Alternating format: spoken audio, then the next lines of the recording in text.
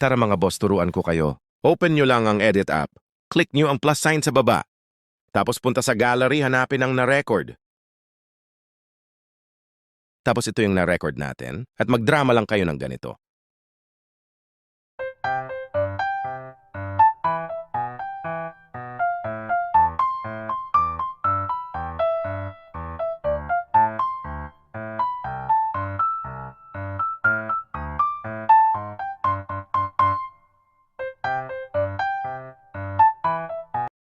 Tara simulan na natin.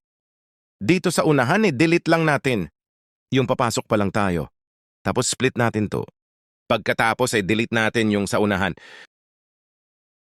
Hanapin lang natin ang tamang pagtayo ng tao. Tapos split lang natin. Hanapin sa baba ang overlay.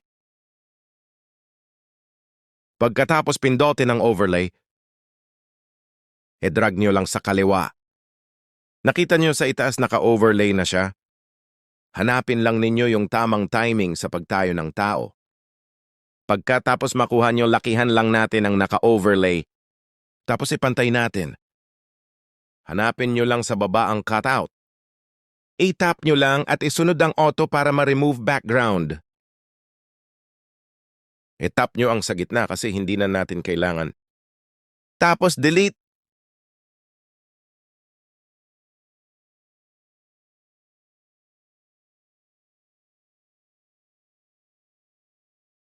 Dito sa taas, kailangan natin split yung pagtayo.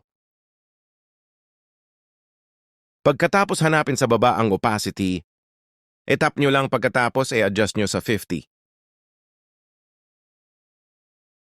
Tingnan natin kung okay na ba.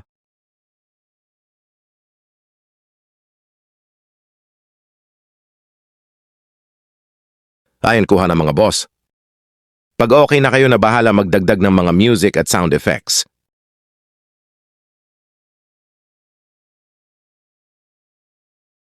Pero huwag kalimutan delete ang last part. Split lang at delete.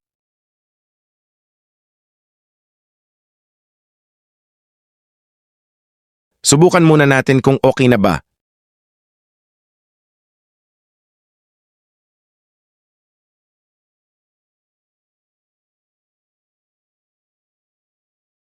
Okay na to mga boss. I-export na natin.